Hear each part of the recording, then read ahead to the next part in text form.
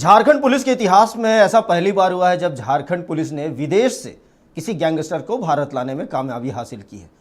आज gangster Lawrence Bishnoi और अमन साहू के करीबी मयंक सिंह को अजरबैजान से रांची लाया गया है।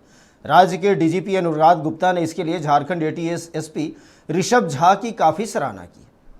डीजीपी से खास बातचीत की नक्षत्र न्यूज के संवाददाता कमल कुमार।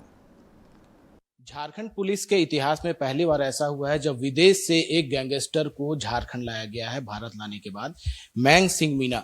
और अभी हमारे साथ डीजीपी झारखंड अनुराग गुप्ता है, उनसे जानते हैं कितनी बड़ी सफलता है। सर, एक तो बड़ी सफलता है, किस तरह से सफलता मिली है? देखिए, ऐसा है कि झारखंड के इतिहास में पहली बार एक दूसरे राज्य से एक्स्ट्रेडिशन ट्रीटी प्रत्यार्पण नीति के अंतर्गत हम लोगों ने एक सातिर अपराध कर्मी को वापस अपने देश में लाने का काम किया है। ये बहुत बड़ी सफलता है झारखंड पुलिस की। और इससे बड़ी सफलता ये है कि ये एक मैसेज है उन सभी लोगों के लिए जो कि देश से बाहर बैठ करके लोगों को धमकी भरे कॉल करके एक्सटॉर्शन करने का प्रयास करते रहते हैं।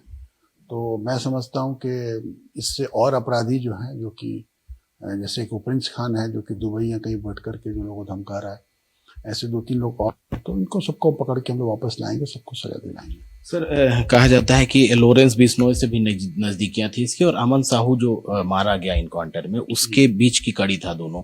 तो कितनी बड़ी सफलता यहाँ के जो जिस तरह से वो लेवी की वसूली करता था या धमकियां देता था, कितनी कमी आएगी?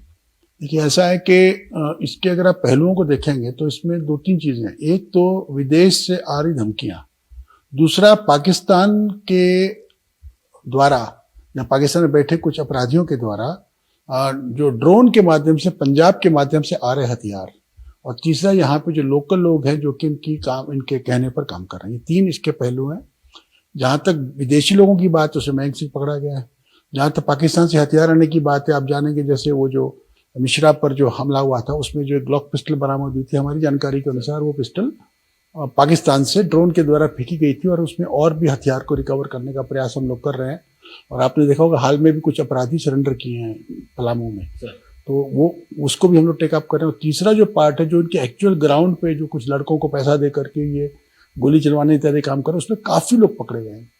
तो मैं उम्मीद करता हूँ कि अगले कुछ माह में हम लोग इन सभी गैंग का सफाया करेंगे। इसके अलावा हम लोगों ने जेल के अंदर भी जो सातिर अपराध कर्मियों का स्थानांतरण, जिसमें कई बार ये लोग न्यायालय से या इधर उधर से कुछ आदेश प्राप्त करके जो ट्रांसफर होता था उसको रुकवाने का प्रयास करते थे, उसमें भी हम लोग सफलता पा रहे हैं।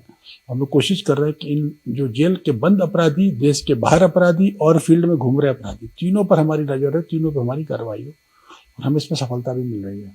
सर, उम्मीद क्या है जिस तरह से अब रिमांड पर लेने की प्रक्रिया चूंकि जो होता है उसके तहत लिया जाएगा, तो क्या उम्मीदें हैं उससे पूछताछ में?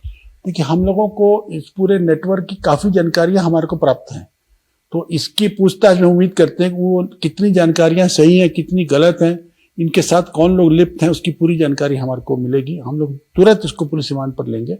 और एटीएस ने बहुत ही सुंदर, बहुत ही अच्छा काम किया। जो एटीएस के एसपी ऋषभ झा, उन्होंने व्यक्तिगत मेहनत करके इन्होंने इस पूरे प्रोसेस को कंप्लीट किया है। काफ़ी समय लगा इसमें, लेकिन अब सफलता हमारे को मिली है। और इसको हम लोग पुलिस रिमांड पर लेंगे, इसका कन्फेशन रिकॉर्ड करेंगे, उसके आधार पर हम उम्मीद करते हैं कि और अपराधियों को भी चिन्हित करेंगे, उन पर कार्रवाई करेंगे। प्रत्यार्पण संधि जो पहली बार हुआ है, तो ये एक रास्ता खुला अन्य मामलों? जी बिल्कुल बिल्कुल। ये प्रत्यार्पण नीति जो अजरबैजान के साथ थी, तो उसने हमारा बहुत सहयोग किया, हमारे अपराधी को वापस भेजा ताकि वो कानून का पालन हो। ये कर रहे हैं हम लोग। तो कहीं ना कहीं झारखंड पुलिस के लिए एक बड़ा दिन है कि विदेश में छिपे अपराधी को भी पकड़कर अपने देश लाया गया है, और उससे पूछताछ में कई अहम खुलासे हो सकते हैं। सहयोगी संजय के साथ कमल कुमार, नक्षत्र न्यूज, रांची।